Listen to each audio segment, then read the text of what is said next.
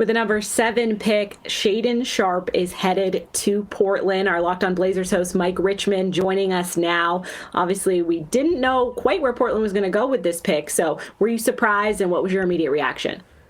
There was a lot of reporting connecting Sharpe to the Blazers. So I was a little bit surprised that maybe they didn't try to trade this pick and move back and get a veteran, but certainly Sharpe and Daniels were the two sort of names that were most linked to Portland at this spot. I'm a little surprised that they took a teenager who hasn't played high-level basketball ever, but he has real serious upside, and they're a team that has, at least what we know about their GM, really values upside. All right, we're going to bring in some of our national guys from the NBA big board, and Leaf Tulane, of course. Now, Leaf, when we're looking at the board, obviously there was a little bit of some changes early on in early picks. Is this where you had Shaedon Sharpe coming off the board, and kind of how do you see him fitting in? Yeah, I thought Dyson Daniels and Shaedon Sharpe were the two that were connected, as Mike just said. I think the fit is interesting because he's got a super high potential, but the immediate impact while Damian Lillard is still there and running the ship is less foreseeable. I thought that someone more like Dyson Daniels could be more immediately thrust in and help the Blazers, though Shaedon Sharpe I think will have a higher upside and maybe help.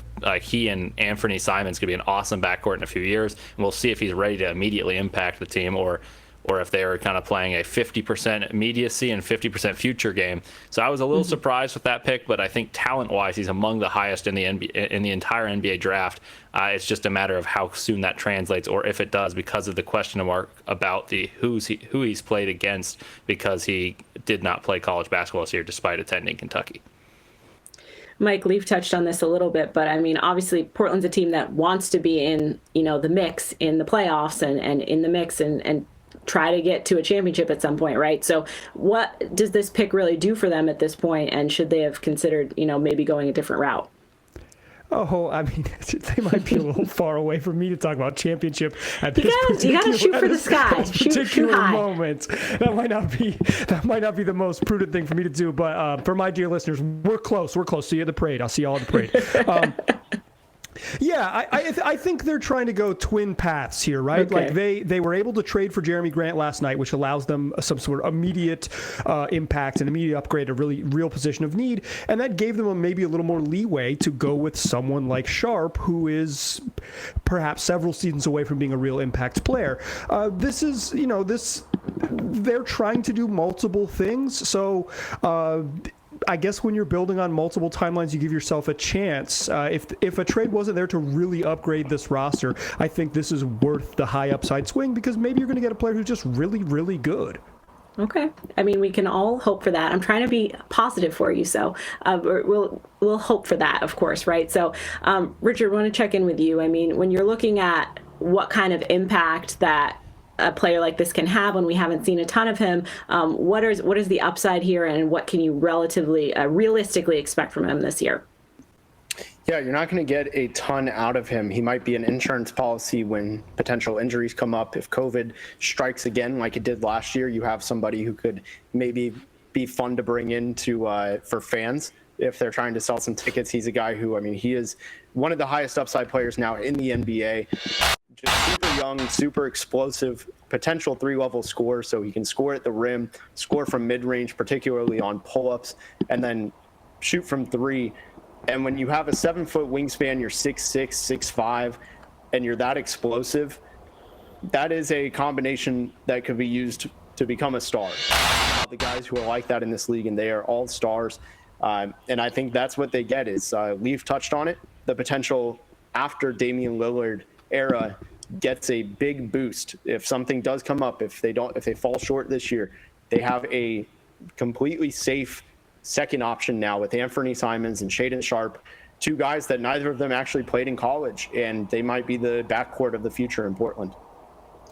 Mike, we'll close things out with you. I mean, obviously they've made their selection at this point. What are some other additions you're hoping personally that they kind of go forward making, either in free agency or later on? Yeah, they have the 46th pick in the draft tonight and also the 57th pick. Hard to imagine impact players landing there, but maybe there's a Draymond Green waiting in the wings. But they need forwards. Like, they just need NBA forwards. Their guard room is very crowded now. They got a bunch of good guards with Josh Hart and Damian Lillard, and I don't know why Josh Hart got a first billing there, but Damian Lillard, Josh Hart, and Anthony Simons. Now to go with Shaedon Sharpe, who's probably a 2 early in his career. They need some help on the wings to get there. They probably need a little depth up front behind Yusuf Nurkic, assuming he's back in action. So they got to get bigger. They need NBA players who are taller. That's going to be a priority for them moving forward. Some bodies down there in the paint, of course. Now, as for what Shaedon Sharpe was able to do before he got to this point to be drafted, we're going to check with Locked On Kentucky. Lance Daw fills us in. Guard, Kentucky. Despite not playing basketball last season, Sharpe still projects to be one of the most explosive scorers in this year's draft. Hi, I'm Lance Dahl, host of Locked On Kentucky. Sharpe never saw the court for the Kentucky Wildcats last season, but there's a reason the former top high school prospect was valued so highly heading into this year's draft. He has excellent length for a guard, coming in at 6'6" with a 7-foot wingspan, and on top of that, he's an excellent scorer at all 3 levels. But he specifically excels at finishing at the rim strongly. He's a relatively unknown raw prospect, but Sharpe's ability to create in isolation makes him a valuable asset for any NBA team.